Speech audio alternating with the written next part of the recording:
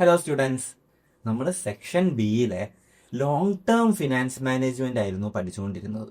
അത് ലോങ് ടേമിലേക്ക് കമ്പനിക്ക് ഫിനാൻസ് വേണം. അതിനെയാണ് നമ്മൾ ക്യാപിറ്റൽ എന്ന് വിളിക്കുക. ക്യാപിറ്റൽ ആൻഡ് രണ്ട് രീതിയിൽ അവർക്ക് ക്യാപിറ്റൽ എടുക്കാം. ഇന്റേണലി എടുക്കാം, എക്സ്റ്റേണലി എടുക്കാം. എക്സ്റ്റേണലി എടുക്കാൻ പറ്റുന്നതാണ് ഡെപ്റ്റ് ഫിനാൻസ്, ഇക്വിറ്റി ഫിനാൻസ് ഒക്കെ. അതിൽ തന്നെ ഡെപ്റ്റ് ഫിനാൻസ് ആയിരുന്നു നമ്മൾ പഠിച്ചുകൊണ്ടിരുന്നത്. എന്താണ് ഡെപ്റ്റ് ഫിനാൻസ്, അതിൻ്റെ ഒരു ഇൻസ്ട്രുമെന്റ് ആയിട്ടുള്ള ബോണ്ട് എന്തായിരുന്നു, ബോണ്ടിന്റെ സെല്ലിംഗ് പ്രൈസ് എങ്ങനെയാണ് നമ്മൾ ഫിക്സ് ചെയ്യുക, അങ്ങനെ കുറച്ച് കാര്യങ്ങൾ നമ്മൾ പഠിച്ചു. അത് കഴിഞ്ഞ് കോസ്റ്റ് ഓഫ് ഡെപ്റ്റ് എന്നുള്ള ഏരിയ നമ്മൾ പഠിച്ചു. എങ്ങനെയാണ് ഒരു ഡെപ്റ്റ് ഇൻസ്ട്രുമെന്റിന്റെ കോസ്റ്റ് കാൽക്കുലേറ്റ് ചെയ്യാന്ന്. അവിടെ നമ്മൾ പറഞ്ഞു ഡെപ്റ്റിന് നമ്മൾ കൊടുക്കേണ്ടി വരുന്ന റിട്ടേൺ എന്ന് പറയുന്നത് ഇൻട്രസ്റ്റ് ആണ്. ഇൻട്രസ്റ്റ് പലിശയാണ് നമ്മൾ കൊടുക്കേണ്ടി വരിക റിട്ടേൺ. സോ അതേ ഇൻട്രസ്റ്റ് ആയിരിക്കും കമ്പനിയുടെ പോയിന്റ് ഓഫ് വ്യൂ നിന്ന് കമ്പനിക്ക് കോസ്റ്റും വരുന്നത്. സോ ഈ ഡെപ്റ്റ് ഫിനാൻസിന്റെ കാര്യമാണ് നമ്മൾ ഡിസ്കസ് ചെയ്തുകൊണ്ടിരുന്നത്. ആൻഡ് അതിന്റെ എൻ പാർട്ടിലേക്ക് എത്താറായി. ഈ ഒരു വീഡിയോയിൽ നമ്മൾ നോക്കാൻ പോകുന്നത് ഡെപ്റ്റ് ഇൻസ്ട്രുമെന്റിന്റെ ഇൻട്രസ്റ്റ് റേറ്റിന്റെ ഒരു റിലേഷൻഷിപ്പാണ്. ഇൻട്രസ്റ്റ് റേറ്റ് ആയിട്ടുള്ള ഒരു റിലേഷൻഷിപ്പും ആൻഡ് ഈൽഡ് കർവ് എന്താണ്, ഈൽഡ് കർവ് എന്താണ്, ഈ ഒരു കാര്യമായിരിക്കും ഈ വീഡിയോയിൽ നമ്മൾ കൺസിഡർ ചെയ്യാൻ പോകുന്നത്. സോ നമുക്ക് നോക്കാം. ഡെഫിനിഷൻ എന്താണ്? ആദ്യം തന്നെ ടേം സ്ട്രക്ചർ എന്ന് പറയുന്ന ടേമിന്റെ ഡെഫിനിഷൻ എന്താണ് ഇത് വെച്ച് നമുക്ക് തുടങ്ങാം. Relationship between bond yield and time to maturity, ഇതിനെയാണ് ടേം സ്ട്രക്ചർ എന്ന് പറയുക. ടേം സ്ട്രക്ചർ എന്ന് പറയുക ഒന്നുമില്ലടാ, നിങ്ങൾ ആലോചിച്ച് നോക്ക്. നമുക്ക് വേണമെങ്കിൽ ലോങ് ടേമിലേക്ക് എടുക്കാം, അല്ലെങ്കിൽ ഷോർട്ട് ടേമിലേക്ക് എടുക്കാം. അല്ലെങ്കിൽ ഷോർട്ട് ടേമിലേക്ക് എടുക്കാം. ജസ്റ്റ് ഒരു 1 ഇയറിലേക്ക് നമ്മളൊരു ഫിനാൻസ് എടുക്കുകയാണെങ്കിൽ അതിനെ നമ്മൾ ഷോർട്ട് ടേം എന്ന് പറയും. അല്ല, ഒരു 20 ഇയേഴ്സിലേക്കാണ് നമ്മൾ എടുക്കുന്നത്. 20 ഇയേഴ്സിലേക്ക് നമ്മൾ എടുത്തു കഴിഞ്ഞാൽ അതിനെ ലോങ് ടേം എന്ന് പറയും. ഇതിനെയാണ് നമ്മൾ മെച്യൂരിറ്റി എന്ന് പറയുക. 1 ഇയറിലാണ് മെച്യൂരിറ്റി ആവുക, 20 ഇയേഴ്സിലാണ് മെച്യൂരിറ്റി ആവുക. ഈ ഒരു ലോണിന്റെ, ഈ ഒരു ഡെപ്റ്റിന്റെ പീരീഡ് കൂടുന്നതിനനുസരിച്ച്, ഇയേഴ്സ് കൂടുന്നതിനനുസരിച്ച് അതിന് കൊടുക്കേണ്ടി വരുന്ന ഇൻട്രസ്റ്റ് കൂടുവോ അല്ലെങ്കിൽ കുറയുവോ, അതാണ് ചോദ്യം. മനസ്സിലായില്ലേ? ടേം സ്ട്രക്ചർ എന്താന്ന് പറഞ്ഞാൽ മനസ്സിലായില്ലേ? അതായത് ഒന്നില്ലെങ്കിൽ ലോങ് ടേമിലേക്കായിരിക്കും ബോറോയിങ്സ് ആവശ്യം. 10 വർഷമോ 20 വർഷമോ 30 വർഷമോ ലോങ് ടേമിലേക്കായിരിക്കും നമുക്ക് ആവശ്യം. അല്ലെങ്കിൽ ഷോർട്ട് ടേമിലായിരിക്കും, ചിലപ്പോൾ 6 മാസത്തേക്കോ അല്ലെങ്കിൽ 1 വർഷത്തേക്കോ ഒക്കെ ആയിരിക്കും ഇവർക്ക് ഫിനാൻസ് ആവശ്യം. സോ അതിനനുസരിച്ച് എത്ര കാലത്തേക്കാണ് ഇവർ ഫിനാൻസ് കൊടുക്കുന്നതിനനുസരിച്ച് ഇവർക്ക് വരുന്ന ഇൻട്രസ്റ്റ് റേറ്റിൽ എന്തുണ്ടാവും, വ്യത്യാസം ഉണ്ടാവും. നിങ്ങൾ സാധാ ഒരു പോയിന്റ് ഓഫ് വ്യൂവിൽ നിങ്ങൾ നോക്ക്. നിങ്ങളാണ് ഒരു ഇൻവെസ്റ്റർ. അതായത് നിങ്ങൾ ഒരു കമ്പനിയിൽ പൈസ കൊടുക്കാൻ പോവുക, ഡെപ്റ്റ് ആയിട്ട് പൈസ കൊടുക്കാൻ പോവുക. അപ്പൊ ആ കമ്പനി പറയുന്നു നിങ്ങളെ ഡെപ്റ്റ് ഒരു 20 വർഷം കഴിഞ്ഞിട്ടേ ഞാൻ നിങ്ങൾക്ക് തിരിച്ചു തരുള്ളൂ, ഒരു 20 ഇയേഴ്സ് കഴിയുമ്പോഴേ നിങ്ങൾക്ക് ഞാൻ ഈ പൈസ തിരിച്ചു തരുള്ളൂ. അപ്പൊ നിങ്ങൾ എന്തായിരിക്കും പറയുക? അയ്യോ, 20 വർഷത്തേക്ക് എന്റെ ഫിനാൻസ് അവിടെ ലോക്കാ, 20 വർഷത്തേക്ക് അവിടെ എന്റെ അത്രയും പൈസ അവിടെ ലോക്കായിട്ട് കിടക്കുക. അപ്പൊ എനിക്ക് എന്തായാലും കുറച്ച് റിട്ടേൺ കൂടുതൽ വേണം, കുറച്ച് റിട്ടേൺ കൂടുതൽ തരുന്നുണ്ടാവണം. And time value of money എന്നുള്ള ഒരു കൺസെപ്റ്റും ഉണ്ടല്ലോ, നമ്മൾ പഠിച്ചല്ലേ? ടൈം വാല്യൂ ഓഫ് മണി എന്നുള്ളൊരു കൺസെപ്റ്റും ഉണ്ടല്ലോ. 20 വർഷം കഴിഞ്ഞാണ് ആ ക്യാഷ് നമുക്ക് തിരിച്ചു കിട്ടുന്നത്. സോ അതുകൊണ്ടും എന്തായിരിക്കണം, ഇൻട്രസ്റ്റ് റേറ്റ് കൂടുതലായിരിക്കണം. ഈ 2 രീതിയിലായിരിക്കും ചിന്തിക്കുന്നുണ്ടാവുക. ഒന്ന് ആലോചിച്ച് നോക്ക്. നിങ്ങളാണ് ഇൻവെസ്റ്റർ എങ്കിൽ അങ്ങനെ ചിന്തിക്കൂ. ഈശ്വരൻ 20 വർഷത്തേക്ക് എന്റെ ഫിനാൻസ് ആ കമ്പനിയിൽ ലോക്കാ, അതിനിടയ്ക്ക് ആ കമ്പനി എങ്ങാനും പൊട്ടിപ്പോവോ, അല്ലെങ്കിൽ ഭയങ്കരമായിട്ട് ഇൻട്രസ്റ്റ് റേറ്റിൽ വ്യതിചലനം സംഭവിക്കുന്നു. ഇൻട്രസ്റ്റ് റേറ്റ് ചിലപ്പോൾ ഭയങ്കരമായിട്ട് കൂടാം, ചിലപ്പോൾ ഭയങ്കരമായിട്ട് കുറയാം. അങ്ങനെയൊക്കെ എന്തെങ്കിലും സംഭവിച്ചാലും അത്രയും നാളത്തേക്ക് ഞാൻ റിസ്ക് എടുക്കുമല്ലേ, 20 ഇയേഴ്സിലേക്ക് ഞാൻ റിസ്ക് എടുക്കുമല്ലേ, 20 വർഷത്തേക്ക്. അപ്പൊ എനിക്ക് എന്ത് തരണം? കൂടുതൽ റിട്ടേൺ തരണം. ഇൻട്രസ്റ്റ് റേറ്റ് ആ ഒരു 20 വർഷത്തേക്കുള്ള ബോണ്ടിന്റെ കൂപ്പൺ റേറ്റ് എന്ന് പറയുന്നത് കൂടുതലായിരിക്കും. കാരണം വളരെ ലോങ് ടേമിൽ അവരവിടെ പൈസ ഇടുന്നുണ്ട്. ആൻഡ് ഷോർട്ട് ടേമിലെ കാര്യം നോക്ക്. ഷോർട്ട് ടേമിൽ നോക്കുമ്പോഴോ ജസ്റ്റ് 1 വർഷത്തേക്ക് അല്ലെങ്കിൽ ജസ്റ്റ് 6 മാസത്തേക്ക് ആ പൈസ തരുന്നുള്ളൂ. അപ്പൊ ഭയങ്കര റിട്ടേൺ ഒന്നും ചോദിക്കാൻ പറ്റില്ല. കാരണം 1 വർഷം കൊണ്ട് മാർക്കറ്റിൽ വലിയ ചേഞ്ച് ഒന്നും വരാനുള്ള സാധ്യതയില്ല. ആൻഡ് ആ 1 വർഷത്തേക്ക് എനിക്ക് ഇൻട്രസ്റ്റും കിട്ടും. സോ അധികം എനിക്ക് ഡിമാൻഡ് ചെയ്യാൻ പറ്റില്ല. കുറച്ച് നാളത്തെ കമ്പനി പറയും, കുറച്ച് നാളത്തേക്ക് 1 വർഷത്തേക്കല്ലേ നിങ്ങൾ പൈസ തരുന്നുള്ളൂ, സോ ചെറിയൊരു ഇൻട്രസ്റ്റേ തരുന്നുണ്ടാവുള്ളൂ എന്ന് പറയും. ഇതല്ലേ നോർമലി ഒരു രീതിയിൽ നടക്കുക. ഇതിനെയാണ് മെച്യൂരിറ്റിയും നോക്കിയാൽ മതി. റിലേഷൻഷിപ്പ് ബിറ്റ്വീൻ മെച്യൂരിറ്റിയും ബോണ്ട് ഈൽഡും. മെച്യൂരിറ്റിയും ബോണ്ട് ഈൽഡും. ബോണ്ടിൽ നിന്ന് കിട്ടുന്ന ഈൽഡ് എന്ന് പറഞ്ഞാൽ ഒന്നുമില്ല, റിട്ടേൺ. ബോണ്ടിൽ നിന്ന് കിട്ടുന്ന ഈൽഡ് എന്ന് പറഞ്ഞാൽ ഒന്നുമില്ല, റിട്ടേൺ. ടൈം ടു മെച്യൂരിറ്റി എന്ന് പറഞ്ഞാൽ ചിലപ്പോൾ അത് 20 years ആയിരിക്കാം, ചിലപ്പോൾ അത് 1 year ആയിരിക്കാം. സോ ഇത് തമ്മിലുള്ള ഒരു റിട്ടേൺ റിലേഷൻഷിപ്പിനെയാണ് നമ്മൾ എന്തെന്ന് പറയുക? ടേം സ്ട്രക്ചർ എന്ന് പറയുക. ടേം സ്ട്രക്ചർ എന്ന് പറയുക. അതായത് നമ്പർ ഓഫ് ഇയേഴ്സ് കൂടുന്നതിനനുസരിച്ച് ബോണ്ടിൽ നിന്ന് കിട്ടേണ്ട ഈൽഡ്, റിട്ടേൺ കൂടുതലായിരിക്കണോ കുറവായിരിക്കണോ? ഇതാണ് നമ്മൾ ഇതിൽ പഠിക്കുക, ഈ ഒരു ചാപ്റ്ററിൽ പഠിക്കുക. ആൻഡ് ഗ്രാഫിൽ അതിനെ റെപ്രസെന്റ് ചെയ്യുമ്പോൾ നമ്മൾ ഈൽഡ് കർവ് എന്നായിരിക്കും വിളിക്കുക. ഈൽഡ് കർവ് എന്ന്. എക്സ് ആക്സിസിൽ നമ്പർ ഓഫ് ഇയേഴ്സ് മെച്യൂരിറ്റി ആയിരിക്കും ഉണ്ടാവുക, വൈ ആക്സിസിൽ ഇൻട്രസ്റ്റ് റേറ്റ് ആയിരിക്കും ഉണ്ടാവുക. ജസ്റ്റ് ഒരു സാമ്പിൾ കാണിക്കുകയാണെങ്കിൽ എവിടെ ഇങ്ങനെ ഒരു ഗ്രാഫ് വന്നു വിചാരിക്കും. ഇവിടെ എക്സ് ആക്സിസിൽ ഉണ്ടാവുക ഇയേഴ്സാ, എത്ര നാൾ കൊണ്ട് മെച്യൂരിറ്റി ആവുമെന്ന്. ഇവിടെ ഉണ്ടാവുക റിട്ടേണാ. സോ മെച്യൂരിറ്റി ഇയേഴ്സ് ഇവിടെ കൂടി പോകുമ്പോൾ റിട്ടേണിന് എന്ത് സംഭവിക്കും എന്നാണ് ചോദ്യം. 1 വർഷത്തേക്കൊക്കെയാ ഫിനാൻസ് എടുക്കുന്നതെങ്കിൽ നമുക്ക് കുറവ് റിട്ടേൺ ആയിരിക്കും കിട്ടുക. അതൊരു 2 വർഷത്തേക്കാണെങ്കിൽ റിട്ടേൺ കൂടുതലായിരിക്കും, 3 വർഷത്തേക്കാണെങ്കിൽ പിന്നെ റിട്ടേൺ കൂടുതലായിരിക്കും, 4 വർഷത്തേക്കോ 5 വർഷത്തേക്കോ ആവുന്നതോറും കൂടിയേ പോവുള്ളൂ. ഇതിനെയാണ് എന്തെന്ന് വിളിക്കുക? ഈൽഡ് കർവ് എന്ന് വിളിക്കുക. ഇതിനെയാണ് നമ്മൾ ഈൽഡ് കർവ് എന്ന് വിളിക്കുക. നമ്പർ ഓഫ് ഇയേഴ്സ് കൂടുന്നതിനനുസരിച്ച് നമുക്ക് കിട്ടുന്ന ഈൽഡ് പെർസെൻറ്റേജും കൂടുതലായിരിക്കണം. ഒരു 1 2 3 4. സോ ഒരു 4 ഇയേഴ്സിലേക്കാണെങ്കിൽ ഇത്രയും ഈൽഡ് എങ്കിലും എനിക്ക് കിട്ടുന്നുണ്ടാവണം. 3 ഇയേഴ്സിലേക്കാണെങ്കിൽ ഇത്രയും ഈൽഡ് എങ്കിലും എനിക്ക് കിട്ടുന്നുണ്ടാവണം. 2 ഇയേഴ്സിലേക്കാണെങ്കിൽ ഇത്രയും ഈൽഡ് എങ്കിലും എനിക്ക് കിട്ടുന്നുണ്ടാവണം. കണ്ടോ? പീരീഡ് നമ്പർ ഓഫ് ഇയേഴ്സ് കൂടുന്നതിനനുസരിച്ച് എന്ത് കൂടുകയാണ്? നമ്പർ ഓഫ് ഇയേഴ്സ് കൂടുന്നതിനനുസരിച്ച് നമുക്ക് കിട്ടേണ്ട റിട്ടേൺ ഈൽഡ് കൂടി വരികയാണ് ചെയ്യുക. നോർമൽ സെനാരിയോയില് ഇനി ഇതിനും വേറെ കേസുകളുണ്ട്, അതാണ് നമ്മൾ അടുത്ത പഠിക്കാൻ പോകുന്നത്. സോ ഓക്കെ, ഈൽഡ് കർവ് എന്താണെന്ന് മനസ്സിലായോ? നോർമൽ സെനാരിയോയിലാണെങ്കിൽ ഏതൊരാളും ഇങ്ങനെ ചിന്തിക്കുള്ളൂ, കുറെ നാൾ എന്റെ പൈസ അവിടെ ലോങ് ടേം ഫിനാൻസ് കൊടുക്കുക എന്ന് പറഞ്ഞാൽ എനിക്ക് റിസ്ക്കാ, അതുകൊണ്ട് തന്നെ എനിക്ക് എന്ത് വേണം? കൂടുതൽ റിട്ടേൺ വേണം എന്നാണ് ഒരു സാധാരണ നോർമൽ ആയിട്ടുള്ള ചിന്ത. ഇനി ബാക്കി അഡ്ജസ്റ്റ്മെന്റ്സും കാര്യങ്ങളൊക്കെ നമുക്ക് വായിക്കാം. ടേം സ്ട്രക്ചർ എന്താണെന്ന് പഠിച്ചു. ടേം സ്ട്രക്ചർ എന്ന് പറഞ്ഞാൽ മെച്യൂരിറ്റി, നമ്പർ ഓഫ് ഇയേഴ്സും അതിൽ നിന്ന് കിട്ടുന്ന റിട്ടേണും തമ്മിലുള്ള ബന്ധമാണ്. ഈൽഡ് കർവ് എന്ന് പറഞ്ഞാൽ അതിനെ ജസ്റ്റ് ഗ്രാഫിൽ നമ്മൾ റെപ്രസെന്റ് ചെയ്യുന്നു എന്ന് മാത്രം. സോ ഇനി ടൈപ്പ് ഓഫ് ഈൽഡ് കർവ്സ് നോക്കാം. ടൈപ്പ് ഓഫ് ഈൽഡ് കർവ്സ് നമുക്ക് 4 എണ്ണമാണ് പഠിക്കാനുള്ളത്. 4 എണ്ണം. അപ്സ്ലോപ്പിംഗ്, അതായത് അത് തന്നെ അപ്വേർഡ് സ്ലോപ്പിംഗ്, മുകളിലേക്ക് ഉയർന്നു പോകുന്ന ഗ്രാഫ്. ഞാൻ ഇപ്പൊ ഈ വരച്ച എക്സാമ്പിൾ അതൊക്കെയാണ് അപ്വേർഡ് സ്ലോപ്പിംഗ് എന്ന് പറയുന്നത്. അതാണ് ഒരു നോർമൽ. കണ്ടോ? അതാണ് ഒരു നോർമൽ എന്ന് പറയുന്നത് അപ്വേർഡ് സ്ലോപ്പിംഗ് ആണ്. ലോങ്ങർ മെച്യൂരിറ്റി ആണെങ്കിൽ ഹയർ ഈൽഡ് ആയിരിക്കണം. കിട്ടുന്നുണ്ടാവുന്നത്.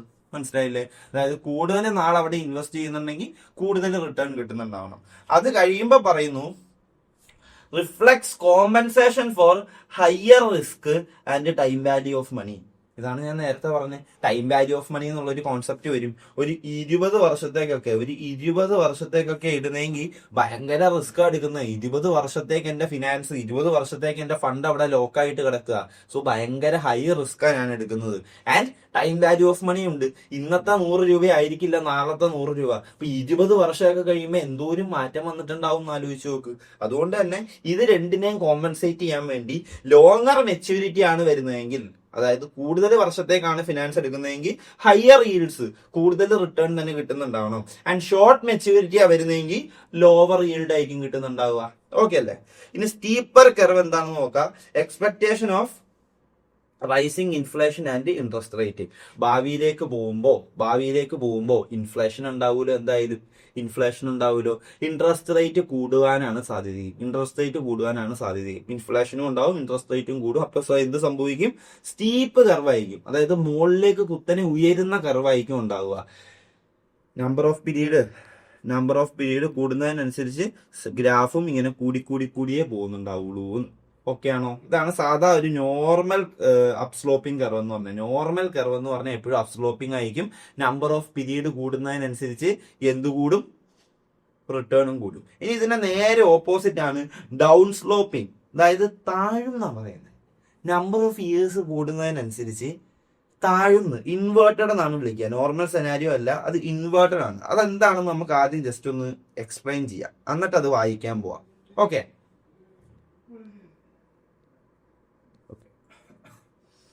കാരണം നിങ്ങൾ ആലോചിച്ച് നോക്ക്, ഇന്ന് നമ്മുടെ മാർക്കറ്റിലെ ഇൻട്രസ്റ്റ് റേറ്റ് 10% ആണ്. ഒരു 5 വർഷം കഴിഞ്ഞാൽ അത് 15% ആവുമെങ്കിൽ നമ്മൾ എന്താ നോക്കുള്ളൂ? നമുക്ക് ഈ ഒരു 5 വർഷത്തേക്കും ഫിനാൻസ് ആവശ്യമുണ്ട്. 5 വർഷത്തേക്കും നമുക്ക് ഫിനാൻസ് ആവശ്യമുണ്ട്. ഇന്നെടുത്താൽ 10% കിട്ടും. ഈ ഒരു 5 വർഷം കഴിഞ്ഞിട്ട് എടുക്കുന്നെങ്കിൽ 15% കിട്ടും. ഒരു 10 വർഷം കഴിയുമ്പോൾ എടുക്കാനാണെങ്കിൽ ചിലപ്പോൾ ഒരു 18% കിട്ടുക. നിങ്ങളൊരു ബുദ്ധിയുള്ള ആളാണെങ്കിൽ എന്ത് ചെയ്യും? ഈ ടോട്ടൽ 10 വർഷത്തേക്കും എന്ത് ചെയ്തു വെക്കും? ആദ്യമേ ഒരു ബോണ്ട് അങ്ങ് എടുത്തു വെക്കും. എത്ര ശതമാനത്തിന്? 10%. കൂപ്പൺ റേറ്റ് എന്ന് പറഞ്ഞാൽ ഫിക്സ്ഡ് അല്ലേ? നമ്മൾ എന്ത് ചെയ്താൽ മതി? ഈ 10 വർഷവും ഇനി 10% കൊടുത്താൽ മതി. 10 വർഷത്തേക്കും 10% റിട്ടേൺ കൊടുത്താൽ മതി. കാരണം നമ്മൾ നോക്കുമ്പോൾ ഭാവിയിൽ പോകുന്തോറും കൂടിയാ വരുന്നത്. 15 ആവുന്നു, പിന്നെയും കൂടി 18 ആവുന്നു.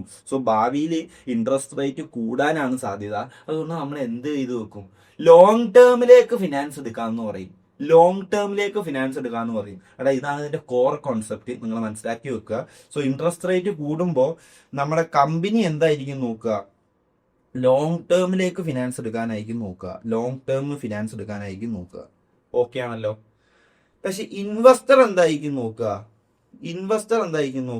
ഷോർട്ട് ടേം ഫിനാൻസ് ആയിരിക്കും നോക്കുക. ഷോർട്ട് ടേം കൊടുക്കാനേ അവർ നോക്കുള്ളൂ. അതിന്റെ കാരണം എന്താ? അവര് പറയും 5 വർഷത്തേക്ക് ഞങ്ങൾ പൈസ തരാം, ഞങ്ങൾക്ക് 10% എന്നുള്ള റിട്ടേൺ തന്നാൽ മതി. 5 വർഷത്തേക്ക് പൈസ തരാം, 10% എന്നുള്ള റിട്ടേൺ തന്നാൽ മതി. അത് കഴിഞ്ഞിട്ട് 5 വർഷം കഴിയുമ്പോൾ നമ്മൾ അടുത്ത ഇത് വീണ്ടും മേടിച്ചോളാം, അടുത്ത ബോണ്ട് വീണ്ടും മേടിച്ചോളാം. അപ്പൊ 15% എന്നുള്ള റിട്ടേൺ ആയിരിക്കും ഞങ്ങൾക്ക് കിട്ടുന്നത്. ഒരു 8 വർഷം കഴിയുമ്പോൾ ഞങ്ങൾ വീണ്ടും അടുത്തത് തരാം, 18% തരാം. അല്ലാതെ ഒരുമിച്ച് 10 വർഷത്തേക്ക് ഈ 10% ഞങ്ങൾ തരില്ല. ഒരുമിച്ച് 10 വർഷത്തേക്ക് ലോങ് ടേം ഫിനാൻസ് ഞങ്ങൾ തരില്ല, ഷോർട്ട് ടേമിലേക്ക് വേണമെങ്കിൽ തരാമെന്ന് പറയും. അതിന്റെ കാരണം എന്താ? ഇൻട്രസ്റ്റ് റേറ്റ് കൂടുക ചെയ്യുന്നത്. ഒരു 3 വർഷത്തേക്ക് കൊടുത്തു 10%. അത് കഴിഞ്ഞ് അപ്പോഴത്തെ ഇൻട്രസ്റ്റ് റേറ്റിനല്ലേ കൊടുക്കുന്നത്. അത് ചിലപ്പോൾ 15 ആയിട്ടുണ്ടാവും. അപ്പൊ 15% ഇൻട്രസ്റ്റ് റേറ്റിന് അവർക്ക് എന്ത് ചെയ്യാൻ പറ്റും? അവരുടെ ബോണ്ട് മേടിക്കാൻ പറ്റും. സോ ഇൻവെസ്റ്റേഴ്സ് പറയും ഞങ്ങൾ ഷോർട്ട് ടേം ഫിനാൻസേ തരുള്ളൂ എന്ന്. പക്ഷെ കമ്പനീസ് എന്ത് പറയും? അവർക്ക് ലോങ് ടേം ഫിനാൻസ് ആയിരിക്കും വേണ്ടത്. അപ്പൊ ഡിമാൻഡ് ഏതിനാ? ലോങ് ടേം ഫിനാൻസിനാണ് ഡിമാൻഡ്. അതുകൊണ്ട് തന്നെ അതിനാണ് ആവശ്യക്കാർ കൂടുതൽ. അതുകൊണ്ട് തന്നെ അതിനെന്ത് കൊടുക്കേണ്ടി വരും? ഹൈ റിട്ടേൺ കൊടുക്കേണ്ടി വരും. ഇതാണ് നമ്മൾ ആദ്യം പഠിച്ച നോർമൽ കർവ്.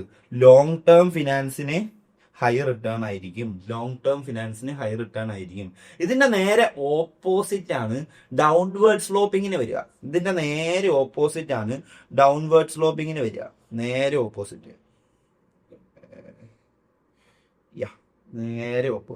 അതായത് ഇന്ന് പ്രസന്റില് ഒരു 14% ഉണ്ട്. 5 years ടൈമില് അതൊരു 10% ആയിട്ട് കുറയുക ചെയ്യുന്നത്. ഇൻട്രസ്റ്റ് റേറ്റ് ഭാവിയിൽ കുറയുക ചെയ്യുക. അപ്പൊ നമ്മൾ എന്തായിരിക്കും ഇവിടെ എടുക്കുക? കമ്പനീസ് ഏതേ പ്രിഫർ ചെയ്യുള്ളൂ? ഷോർട്ട് ടേം ഫിനാൻസ് അല്ലേ പ്രിഫർ ചെയ്യുള്ളൂ. അതിന്റെ റീസൺ എന്താ? ഇപ്പൊ കറന്റിലി 14% റേറ്റ് ഇൻട്രസ്റ്റ് ആയിട്ട് കൊടുക്കേണ്ടി വരും. 14% ഇൻട്രസ്റ്റ്. അത് ജസ്റ്റ് ഒരു 5 വർഷത്തേക്ക് എടുക്കുക. അത് കഴിയുമ്പോ എന്താക്കുക? പുതിയ ബോണ്ട് ഇഷ്യൂ ചെയ്യുക. അപ്പൊ അവര് എത്രമാത്രം കൊടുത്താൽ മതി? അന്നേരത്തെ റേറ്റ് ആയിട്ടുള്ള 10% മാത്രം കൊടുത്താൽ മതി. അല്ലാതെ ത്രൂ ഔട്ട് ഒരു 20 ഇയേഴ്സിലേക്ക് ഈ 14% എടുക്കേണ്ട ആവശ്യമുണ്ടോ? ത്രൂ ഔട്ട് ഈ 20 ഇയേഴ്സിലേക്ക് 14% എടുക്കേണ്ട ആവശ്യമുണ്ടോ? ഇല്ല. 5 വർഷത്തേക്ക് അവർ പറയും 14% എടുക്കാം. 5 വർഷത്തേക്ക് ഞങ്ങൾക്ക് ഒരു ഷോർട്ട് ടേം ഫിനാൻസ് മതി. അത് കഴിയുമ്പോൾ ഞങ്ങൾ പുതിയ ബോണ്ട് ഇഷ്യൂ ചെയ്തോളാം. അന്നേരം ഞങ്ങൾക്ക് 10% മാത്രം റിട്ടേൺ കൊടുത്താൽ മതി. അത് കഴിയുമ്പോൾ വീണ്ടും ഒരു 5 കൊല്ലം കഴിയുമ്പോൾ നമ്മൾ വേറെ ഇഷ്യൂ ചെയ്തോളാം. അപ്പൊ ചിലപ്പോൾ ഒരു 8% കൊടുത്താൽ മതിയായിരിക്കും. അല്ലാതെ ഫുള്ള് 20 ഇയേഴ്സിലേക്കും ഈ 14% ഞങ്ങൾ ഇഷ്യൂ ചെയ്യില്ല. കമ്പനിക്ക് ആവശ്യം എന്തായിരിക്കും? ഷോർട്ട് ടേം ഫിനാൻസ് ആയിരിക്കും. ബട്ട് ഇൻവെസ്റ്റർക്ക് എന്തായിരിക്കും ആവശ്യം? ലോങ് ടേമിൽ കൊടുക്കാനായിരിക്കും അവർക്ക് താല്പര്യം. അതിന്റെ റീസൺ എന്താ? അതിന്റെ റീസൺ എന്താ? അവര് നോക്കുമ്പോ ഇപ്പൊ തന്നെ 20 വർഷത്തേക്ക് ലോക്കാക്കിയാൽ 14% വെച്ച് ഞങ്ങൾക്ക് ഇൻട്രസ്റ്റ് കിട്ടും. അല്ല, കുറച്ച് നാളത്തേക്കാ കൊടുക്കുന്നത്, വെറും 5 വർഷത്തേക്കാ കൊടുക്കുന്നതെങ്കിൽ അത് കഴിയുമ്പോ പിന്നെ ഞങ്ങൾ മേടിച്ചാൽ ഞങ്ങൾക്ക് 10% കിട്ടുന്നുണ്ടാവും. അല്ലാതെ പിന്നെ അത് കഴിഞ്ഞിട്ടാ മേടിക്കുന്നതെങ്കിൽ 8% കിട്ടുന്നുണ്ടാവുള്ളൂ. സോ ഷോർട്ട് ടേം വേണ്ട. കാരണം ഭാവിയിൽ ഇൻട്രസ്റ്റ് റേറ്റ് കുറയാനാ പോകുന്നത്. അതുകൊണ്ട് ഒരു 3 വർഷത്തേക്ക് കൊടുക്കുന്നു, അത് കഴിഞ്ഞ് അടുത്ത ബോണ്ടിന് പൈസ കൊടുക്കാം, പിന്നെ അത് കഴിഞ്ഞ് അടുത്ത ബോണ്ടിന് കൊടുക്കാം. അങ്ങനെ വെച്ചാൽ ഇൻട്രസ്റ്റ് റേറ്റ് താഴ്ന്നു വരികയുള്ളൂ. അതിലും നല്ലത് ഇപ്പൊ തന്നെ ഒരു 20 വർഷത്തേക്ക് അങ്ങ് കൊടുത്തേക്കാം. ഇപ്പൊ തന്നെ ഒരു 20 ഇയേഴ്സിലേക്ക് അങ്ങ് ഇഷ്യൂ ചെയ്തേക്കാം. അപ്പൊ ഇപ്പോഴത്തെ കൂടിയ ഇൻട്രസ്റ്റ് റേറ്റ് ആയിട്ടുള്ള 14% തന്നെ നമുക്ക് 20 വർഷത്തേക്ക് കിട്ടും. അവര് പ്രിഫർ ചെയ്യുക ലോങ് ടേമിൽ കൊടുക്കാനായിരിക്കും. ഇൻവെസ്റ്റേഴ്സ് അപ്പൊ പ്രിഫർ ചെയ്യുക ലോങ് ടേം ഫിനാൻസ് കൊടുക്കാനായിരിക്കും. എപ്പോ ഇൻട്രസ്റ്റ് റേറ്റ് താഴ്ന്നുകൊണ്ടിരിക്കുകയാണെങ്കിൽ പക്ഷെ കമ്പനീസിന് ആവശ്യം ഷോർട്ട് ടേം ഫിനാൻസാ. അപ്പൊ എന്ത് സംഭവിക്കും? ഷോർട്ട് ടേം ഫിനാൻസിനാണ് ഡിമാൻഡ്. അപ്പൊ ഏതിനായിരിക്കും ഹൈ റിട്ടേൺ കൊടുക്കേണ്ടി വരിക? ഷോർട്ട് ടേം ഫിനാൻസിനായിരിക്കും ഹൈ റിട്ടേൺ കൊടുക്കേണ്ടി വരിക. ഷോർട്ട് ടേം ഫിനാൻസിന് high return, long term finance ആർക്കും വേണ്ട. അപ്പൊ അതുകൊണ്ട് അതിന് എന്ത് റിട്ടേൺ ആയിരിക്കും? ലോ റിട്ടേണേ ഉണ്ടാവുള്ളൂ. ഇപ്പോഴാണ് ഇൻവേർട്ടഡ് ഗ്രാഫ്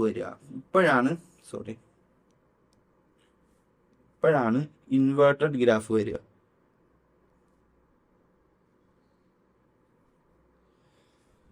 കണ്ടോ, നമ്പർ ഓഫ് പീരീഡ്സ് കൂടുന്നതിനനുസരിച്ച് പെർസെൻറ്റേജ് കുറഞ്ഞായിരിക്കും വരിക. കാരണം ലോങ് ടേം ഫിനാൻസിനാണ് അവരെ ഡിമാൻഡ്. 1 വർഷത്തേക്കൊക്കെ ആണെങ്കിൽ ഭയങ്കര ഹൈ ഡിമാൻഡ്, 2 വർഷത്തേക്കൊക്കെ ആണെങ്കിൽ കുറച്ചുകൂടെ കുറയും, 3 വർഷത്തേക്കൊക്കെ ആണെങ്കിൽ കുറച്ചുകൂടെ കുറയും. അങ്ങനെ വർഷം മുമ്പോട്ട് പോകുന്നതിനനുസരിച്ച് ലോ ആയിക്കൊണ്ടിരിക്കും റിട്ടേൺ എന്നുള്ളത്. കാരണം അന്നേരം ഷോർട്ട് ടേം ഫിനാൻസിനായിരിക്കും ഡിമാൻഡ് കൂടുതൽ. അതാണ് ഡൗൺ സ്ലോപ്പിംഗ് ഇൻവേർട്ടഡ് എന്ന് പറയുന്നത്. ഷോർട്ട് ടേം ഈൽഡ് ആയിരിക്കും കൂടുതലായിട്ട് നിൽക്കുക ലോങ് ടേം ഈൽഡിനെക്കാളും.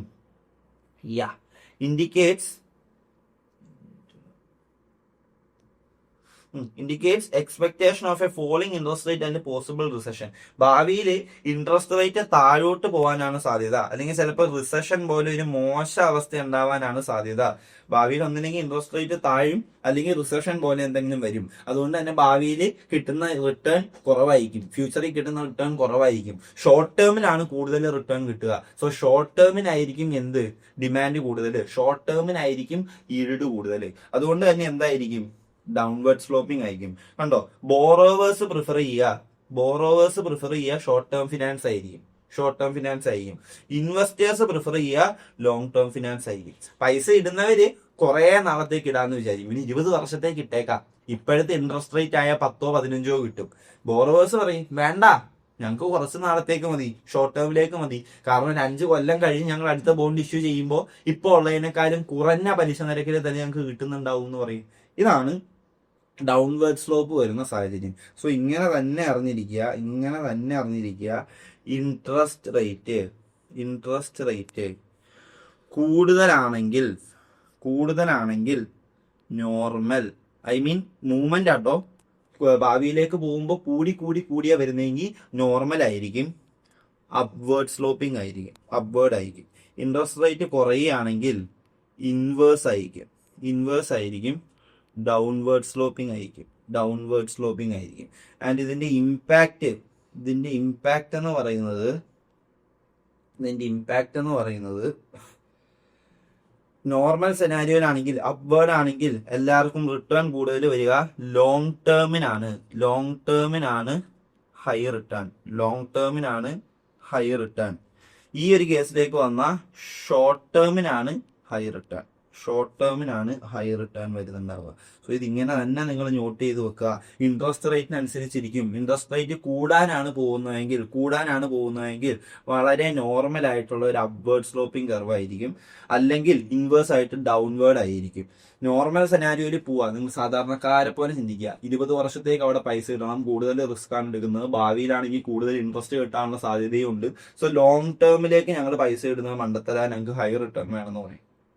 നേരെ തിരിച്ച് ഭാവിയിൽ ഇൻട്രസ്റ്റ് റേറ്റ് കുറയാനാ പോകുന്നെങ്കിൽ പറയും അയ്യോ എന്നാൽ ഇപ്പോഴത്തെ റേറ്റെങ്കിലും കിട്ടട്ടെ, ഞങ്ങൾ കുറെ നാൾ അവിടെ ഇൻവെസ്റ്റ് ചെയ്തേക്കാം. സോ ഷോർട്ട് ടേമിനായിരിക്കും എന്ത് വരിക, റിട്ടേൺ കൂടുതൽ വരിക. ലോങ് ടേമിന് ആൾക്കാർക്ക് വേണ്ട, ഷോർട്ട് ടേമിന് പൈസ ഇടാനായിരിക്കും അവർക്ക് കിട്ടാനായിരിക്കും ബോറോവേഴ്സിന് കൂടുതൽ ആഗ്രഹം. ഓക്കെ അല്ലേ? ഓക്കെ അല്ലേ? ഇനി വളരെ സിമ്പിൾ ആയിട്ടുള്ള ഒരു 2 സാധനങ്ങളെ പഠിച്ചാൽ ഈ വീഡിയോ നമുക്ക് കംപ്ലീറ്റ് ചെയ്യാം. ഒന്ന് ഹംബ്ഡ് ബെൽ കർവ്, രണ്ട് ഫ്ലാറ്റ് കർവ്. ഹംബ്ഡ് ബെൽ കർവ് എന്ന് പറഞ്ഞാൽ ഒന്നുമില്ലടാ, ഇപ്പൊ പറഞ്ഞ ഹംബ്ഡ് ബെൽ കർവ് എന്ന് പറഞ്ഞാൽ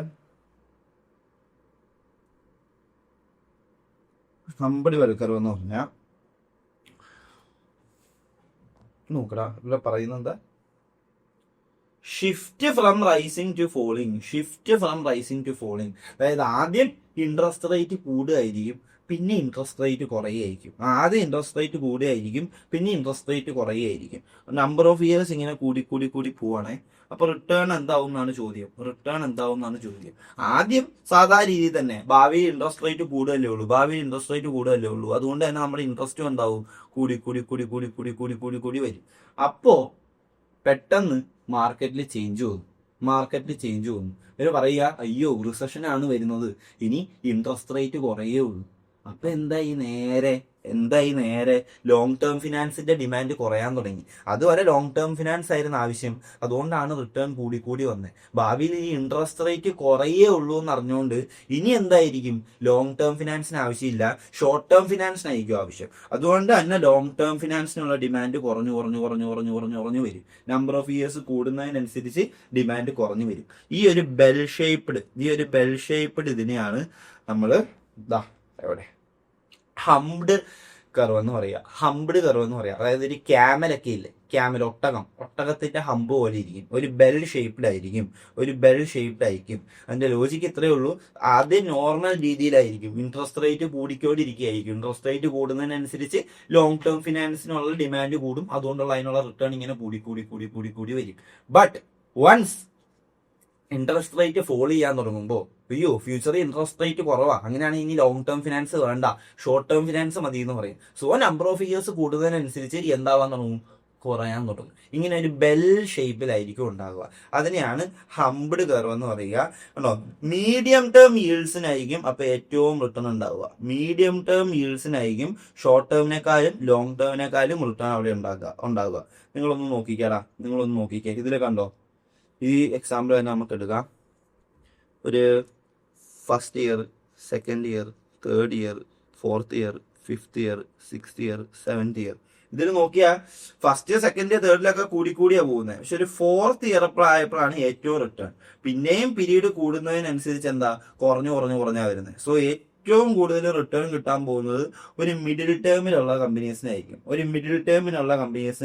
ഏറ്റവും കൂടുതൽ റിട്ടേൺ കിട്ടാൻ പോകുന്നത്. ഓക്കെ ആണോ? അതാണ് ഇവർ പറയുന്നത്. മിഡിൽ ടേം ഈൽഡ്സിനാണ് കൂടുതൽ കിട്ടുക.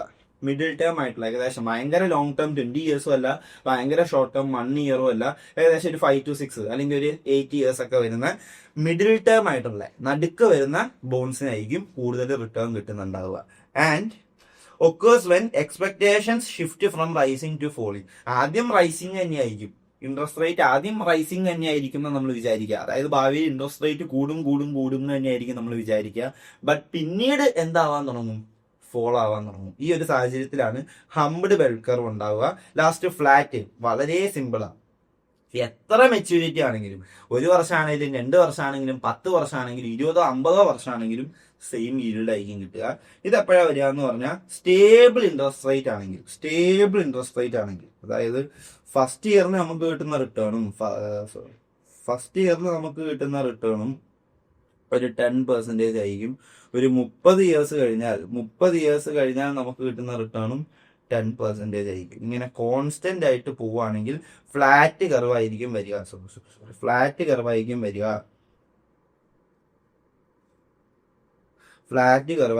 അതായത് ഫസ്റ്റ് ഇയർ ആണെങ്കിലും 30th ഇയർ ആണെങ്കിലും സെയിം റിട്ടേൺ. ഇങ്ങനെ പോകുന്നതിനെയാണ് ഫ്ലാറ്റ് കർവ് എന്ന് പറയുക. നമ്പർ ഓഫ് ഇയേഴ്സ് കൂടുന്നതിനനുസരിച്ച് ഒരു മാറ്റവും സംഭവിക്കില്ല. നോക്കിക്കേ, കണ്ടോ, yield സെയിം അക്രോസ് മെച്യൂരിറ്റീസ്. എത്ര വർഷത്തേക്കാണെങ്കിലും സെയിം yield ആയിരിക്കും വരിക. ആൻഡ് ഇത് വരിക സ്റ്റേബിൾ ആയിട്ടുള്ള സ്റ്റഡി ഇൻട്രസ്റ്റ് റേറ്റ് ഉള്ളപ്പോഴാണ്. ഇനി മൾട്ടിപ്പിൾ yield കർവ് എന്താണെന്ന് നോക്കാം. മൾട്ടിപ്പിൾ yield കർവ് ഒന്നുമില്ലടാ, ഒരൊറ്റ ഗ്രാഫിൽ തന്നെ പല പല ബോണ്ടിന്റെ ഇത് കാണിക്കുന്നു എന്ന് മാത്രം. അത് എന്തിനനുസരിച്ചിരിക്കും? റിസ്കിനനുസരിച്ചിരിക്കും. തീരെ റിസ്ക് കുറവുള്ള ബോണ്ടാണെങ്കിൽ, തീരെ റിസ്ക് കുറവുള്ള ബോണ്ട് ഏതാ? Treasury bills. അതായത് ഗവൺമെന്റ് ഇഷ്യൂ ചെയ്യുന്ന സാധനങ്ങൾക്കാണ് ഏറ്റവും റിട്ടേൺ കുറവ്. സോ അവരുടെ കർവ് ഇത് ഇങ്ങനെയായിരിക്കും പോകുന്നുണ്ടാവും. ഇനി അതിനേക്കാളും കുറച്ചുകൂടെ റിസ്ക് കൂടിയവരുടെ ആണെങ്കിൽ ഇവിടെ നിന്നായിരിക്കും സ്റ്റാർട്ട് ചെയ്യുക, ഇങ്ങനെയായിരിക്കും പോകുന്നുണ്ടാവുക. അതിലും റിസ്ക് കൂടിയതാണെങ്കിൽ ഇങ്ങനെയായിരിക്കും പോകുന്നുണ്ടാവുക. ഇത്രേ ഉള്ളൂ. സെയിം ഗ്രാഫിൽ തന്നെ നമ്മൾ പല ബോണ്ടിന്റെ അല്ലെങ്കിൽ പല ഇൻസ്ട്രുമെന്റിന്റെ കാണിക്കുന്നു. Different curse exist. ഓക്കെ ആണോ? ഓക്കെ അല്ലേ? ഇനി എന്താ, AAA എന്ന് പറയുന്ന റേറ്റിംഗ് ആണെങ്കിൽ, അതായത് നല്ല അടിപൊളിയായിട്ടുള്ള കമ്പനി, ഒട്ടും റിസ്ക് ഇല്ല. നമ്മൾ പഠിച്ചിട്ടുണ്ട് റേറ്റിംഗ് ഏജൻസീസിന്റെ കാര്യം, S&P ഒക്കെ ചെയ്യും, ഫിച്ച് കമ്പനിയൊക്കെ ചെയ്യും എന്ന് പറഞ്ഞിട്ടുണ്ടായില്ലേ. AAA റേറ്റിംഗ് എന്ന് പറഞ്ഞു കഴിഞ്ഞാൽ എന്താ, സൂപ്പറാ, ഒട്ടും റിസ്ക് ഇല്ല, വളരെ ഡിഫോൾട്ട് ആയിട്ടുള്ള മിനിമം റിസ്കേ ഉള്ളൂ. അപ്പൊ അവർക്ക് കിട്ടുന്ന റിട്ടേൺ എന്തായിരിക്കും? കുറവായിരിക്കും. അല്ലെങ്കിൽ കോർപ്പറേറ്റുകളുടെ പോലെ BBB എന്നുള്ള റേറ്റിംഗ് ആണ്, BBB എന്നുള്ള റേറ്റിംഗ് ആണ് കിട്ടുന്നതെങ്കിൽ അതിനേക്കാളും കുറച്ചുകൂടെ റിട്ടേൺ എക്സ്പെക്ട് ചെയ്യുന്നുണ്ടാവും. ഇനി ആ ട്രഷറി സെക്യൂരിറ്റീസ് തന്നെ ഷോർട്ട് ടേമും ഇതുമായിട്ട് നമുക്കൊന്ന് പഠിച്ചാൽ, ബിൽസ് ആണെങ്കിൽ ട്രഷറി ബിൽസാ വരുന്നതെങ്കിൽ ഷോർട്ട് ടേം ആയിരിക്കും. അതായത് കുറച്ച് ദിവസത്തേക്ക് അല്ലെങ്കിൽ ഒരു വർഷത്തേക്കൊക്കെ മാക്സിമം ഒരു വർഷത്തേക്കൊക്കെ ഗവൺമെന്റ് ഇഷ്യൂ ചെയ്യുന്നതിനെയാണ് T-ബിൽസ് എന്ന് പറയുക. നോട്ട്സ് എന്ന് പറഞ്ഞാൽ മീഡിയം ആയിരിക്കും. അതായത് 2 വർഷം മുതൽ 10 വർഷം വരെ 2 വർഷം മുതൽ 10 വർഷം വരെ കൊടുക്കുന്നതിനെയാണ് മീഡിയം ടേം എന്ന് പറയുക. ബോണ്ട് ആണെങ്കിൽ ലോങ് ടേമാ, 20 to 30 years. സോ ഇങ്ങനെ തന്നെ അറിഞ്ഞിരിക്കുക, ബില്ലാണ് short term, notes medium, bond ആണെങ്കിൽ ലോങ് ടേം. ഇതിങ്ങനെ തന്നെ അറിഞ്ഞിരിക്കുക. ഓക്കെ, സോറി, ഇങ്ങനെ തന്നെ അറിഞ്ഞിരിക്കുക. ബില്ലാണെങ്കിൽ ഷോർട്ട് ടേം ആണ്, നോട്ട്സ് ആണെങ്കിൽ മീഡിയം സൈസ്ഡ് ആണ്, ബോണ്ട് ആണെങ്കിൽ ലോങ് ടേം ആണ്. ഗവൺമെന്റ് ഇഷ്യൂ ചെയ്യുന്ന കേട്ടോ ട്രഷറി സെക്യൂരിറ്റീസിന്. സോ ഈ ചാപ്റ്റർ കഴിഞ്ഞു. ഇതിൽ നിന്ന് നമുക്ക് കിട്ടുന്ന കീ ഇൻസൈറ്റ്സ് എന്ന് പറഞ്ഞാൽ, എനിക്കറിയാം ഈ വീഡിയോ കുറച്ച് ലെങ്തി ആണ്, ഒരു 25 minutes പ്ലസ് ഉണ്ടാവും. ബട്ട് ഒറ്റ സ്ട്രെച്ചിൽ ഗ്രാഫും കാര്യങ്ങളൊക്കെ അല്ല, റിലേറ്റീവ് ആയിട്ട് തന്നെ പഠിച്ചു പോകണം. അതുകൊണ്ടാണ് കീ ഇൻസൈറ്റ്സ് കിട്ടിയത്. ഈൽഡ് കർവ് സ്ലോപ്പ് എന്ന് പറഞ്ഞാൽ ഇൻഡിക്കേറ്റർ ഓഫ് മാർക്കറ്റ് എക്സ്പെക്ടേഷൻ ആണ്, അല്ലെ? ഭയങ്കരമായിട്ട് കൂടി പോവാ. നിങ്ങളോട് ഇങ്ങനെ ഒരു ഈൽഡ് കർവ് വന്നിട്ട് പോവാ. മാർക്കറ്റിലെ എക്സ്പെക്ടേഷൻ എന്താന്ന് ചോദിച്ചാൽ നിങ്ങൾ എന്തോ പറയും? ഇൻഫ്ലേഷൻ കൂടാൻ പോവാ, ഭാവിയിലേക്ക് ഇൻഫ്ലേഷൻ കൂടുതലായിരിക്കും. കമ്പനീസ് ഇടുന്ന ഇൻട്രസ്റ്റ് റേറ്റ് ഒക്കെ എന്തായിരിക്കും? ഇൻട്രസ്റ്റ് റേറ്റും കൂടാൻ പോവാ. അതുകൊണ്ടാണ് ലോങ് ടേം ഡെപ്റ്റിനൊക്കെ കൂടുതൽ റിട്ടേൺ വരുന്നത്. നമുക്ക് അങ്ങനെ മാർക്കറ്റിനെ നമുക്ക് എന്ത് ചെയ്യാൻ പറ്റും? പഠിക്കാൻ പറ്റും. ഇനി ഇങ്ങനെയാണ് ഗ്രാഫ് വരുന്നതെങ്കിൽ നിങ്ങൾ എന്ത് പറയും? ഇൻട്രസ്റ്റ് റേറ്റ് ഒക്കെ എന്താവാൻ പോവാ? കുറയാൻ പോവാ. അതുകൊണ്ട് ഇനി അങ്ങോട്ട് ഷോർട്ട് ടേം ഫിനാൻസിനായിരിക്കും അവിടെ കൂടുതൽ ഡിമാൻഡ് വരിക. സോ ഇങ്ങനെയുള്ള കാര്യങ്ങൾ ഇൻഡിക്കേറ്റർ ആണ് മാർക്കറ്റ് എക്സ്പെക്ടേഷന്റെ. സ്റ്റീപ്പ് അപ്വേർഡ് ആണെങ്കിൽ ഇൻഫ്ലേഷനും ഇൻട്രസ്റ്റ് റേറ്റും ഒക്കെ കൂടാനാണ് പോകുന്നത്. ഇൻവേർട്ടഡ് ആയിട്ടാണ് വരുന്നതെങ്കിൽ എക്കണോമി ഒന്ന് സ്ലോ ഡൗൺ ചെയ്യാൻ പോവുക, റിസഷൻ ഒക്കെ വരാനാണ് സാധ്യത. ഫ്ലാറ്റ് ആയിട്ടാണെങ്കിൽ സ്റ്റേബിൾ ആയിരിക്കും. ഈ വർഷവും 10 വർഷവും കഴിഞ്ഞാൽ ഒരേ ഇൻട്രസ്റ്റ് റേറ്റ് ആയിരിക്കും കിട്ടാൻ പോകുന്നത്. അല്ല, ഹംഡ് ആണെങ്കിൽ ട്രാൻസിഷൻ ഫേസിലാ. ഇപ്പൊ ഇൻട്രസ്റ്റ് റേറ്റ് ഇങ്ങനെ കൂടി വരും, പക്ഷെ പയ്യെ ഇങ്ങനെ കുറഞ്ഞും വരും. സോ ഈ ഹം ഷേപ്പിലായിരിക്കും നമ്മുടെ ഗ്രാഫ് ഉണ്ടാവുക. ഓക്കെ അല്ലേ? ഇതാണ് നമുക്ക് ഈ ഒരു ചാപ്റ്ററിൽ നിന്ന് കിട്ടേണ്ട കീ ഇൻസൈറ്റ് എന്ന് പറയുന്നത്. ഓക്കെ അല്ലേ? ഇത് ജസ്റ്റ് ആ 2 ഗ്രാഫിന്റെ ഒരു വിഷ്വൽ റെപ്രസെന്റേഷൻ മാത്രം. ഒന്ന് നോക്കിക്കേ എവിടെ? ഡൗൺവേർഡ് സ്ലോപ്പിംഗ് ആണ് ഈ റെഡ് കളറിൽ പോയേക്കുന്നത്. കണ്ടോ? നമ്പർ ഓഫ് ഇയേഴ്സ് കൂടുന്നതിനനുസരിച്ച് കുറഞ്ഞു വന്നേക്കുന്നത്. 3% കുറഞ്ഞു വന്നേക്കുന്നത്. ഇനിയിപ്പോ ഫ്ലാറ്റ് ആണെങ്കിൽ നോക്കിക്കേ, ഒറ്റ റേറ്റാ. ആ ഗ്രീൻ ലൈൻ കണ്ടോ? ഒറ്റ റേറ്റാ. ഫസ്റ്റ് മന്ത് തൊട്ട് 20ാമത്തെ വർഷം വരെ നോക്കിയാലും ഒറ്റ റേറ്റാ. ഇനി ഹംബഡ് എന്ന് പറയുമ്പോ കണ്ടോ, പയ്യെ ഒന്ന് കൂടി ഒന്ന് കുറഞ്ഞു, ചിലപ്പോ പിന്നെ ഒന്ന് കൂടി, ഇങ്ങനെയായിരിക്കും പോകുന്നുണ്ടാവും. ഒന്ന് കൂടി ഒന്ന് കുറഞ്ഞു ഇങ്ങനെ പോകുന്നതിനെയാണ് ഹംബഡ് എന്ന് പറയുക. ലാസ്റ്റ് അപ്വേർഡ് സ്ലോപ്പിംഗ് കൂടെ നോക്കുക. അപ്വേർഡ് സ്ലോപ്പിംഗ് കൂടെ കണ്ടോ, ഇങ്ങനെ കൂടിയാണ് പോവുക. ഓക്കെ അല്ലേ? Oh shit. ഇങ്ങനെ കൂടിയായിരിക്കും പോകുന്നുണ്ടാകും. പിന്നെ നമുക്ക് ആ മൾട്ടിപ്പിൾ ഗ്രാഫും കൂടെ നമ്മൾ പറഞ്ഞിട്ടുണ്ടായിരുന്നു തോന്നുന്നു. സോ മൾട്ടിപ്പിൾ ഗ്രാഫും കൂടെ ഒന്ന് നോക്കിയിട്ട് പോകാം. കണ്ടോ US ട്രഷറീസിന്റെ ആണെങ്കിൽ, അതായത് ഗവൺമെന്റിന്റെ ആണ് ഈ ബ്ലാക്ക് കൊടുത്തേക്കുന്നത്. എപ്പോഴും ഒരു 2 മുതൽ ഈ ഒരു റേറ്റിലാണ് നിൽക്കുന്നത്. 2 മുതൽ ഈ ഒരു റേഞ്ചിലാണ് നിൽക്കുന്നത്. ഇനി നോക്കിക്കേടാ, കുറച്ചുകൂടെ കോർപ്പറേറ്റിന്റെയാ, പക്ഷെ AAA റേറ്റിംഗ് ഉണ്ട്. കോർപ്പറേറ്റിന്റെ തന്നെയാണ്, പുറത്തുനിന്നുള്ള എക്സ്റ്റേണൽ കമ്പനീസ് കൊടുക്കുന്നതാണ്, പക്ഷെ AAA റേറ്റിംഗ് ഉണ്ട്. അതുകൊണ്ട് റിസ്ക് കുറച്ച് കുറവായിരിക്കും. എന്നാലും ഗവൺമെന്റിനെക്കാളും എന്ത് കിട്ടുന്നുണ്ട്, കൂടുതൽ റിട്ടേൺ കിട്ടുന്നുണ്ട്. ഇനി BBB ആണെങ്കിൽ കുറച്ചുകൂടെ കൂടുതൽ റിസ്ക് ആണ്. അതുകൊണ്ട് എന്താ, കുറച്ചുകൂടെ കൂടുതൽ റിട്ടേൺ കിട്ടുന്നുണ്ട്. ഇത് കണ്ടോ, ഏറ്റവും താഴെ വരുന്നതാണ് US ഗവൺമെന്റിന്റെ. അതിന് കുറച്ചുകൂടെ മുകളിൽ വരുന്നതാണ് AAA റേറ്റിംഗ് എന്നുള്ളത്. അതിനും മുകളിൽ വരുന്നതാണ് BBB റേറ്റിംഗ് എന്നുള്ളത്. സോ ഇത് ജസ്റ്റ് കാണിച്ചതേ ഉള്ളൂ. സെയിം ഗ്രാഫിൽ തന്നെ കാണിക്കുന്നതിനെയാണ് മൾട്ടിപ്പിൾ ഈൽഡ് കർവ്സ് എന്ന് പറയുക. ഏറ്റവും താഴത്തേക്കടെ പോകുന്നതിനെയാണ് ഗവൺമെന്റിന്റെ റിസ്ക് ഫ്രീ എന്ന് പറയുക. അതിനേക്കാളും കുറച്ചുകൂടെ റിസ്ക് ആണ് AAA എന്നുള്ളത്. അതുകൊണ്ട് അത് കുറച്ചുകൂടെ കൂടുതൽ റിട്ടേൺ കിട്ടും. അതിനും കുറച്ചുകൂടെ റിസ്ക് ആണ് BBB എന്നുള്ളത്. അതുകൊണ്ട് അതിന് കുറച്ചുകൂടെ റിട്ടേൺ കിട്ടും. ഇതാണ് ഗ്രാഫിക്കൽ റെപ്രസെന്റേഷൻ വരുന്നത്. 2 graph, yield curve, normally yield curve വരുന്ന അപ് സ്ലോപ്പിംഗ് എങ്ങനെയാണ്, ഹംപ്ഡ് എങ്ങനെയാണ്, ഫ്ലാറ്റ് എങ്ങനെയാണ്, ഡൗൺ സ്ലോപ്പിംഗ് എങ്ങനെയാണ്.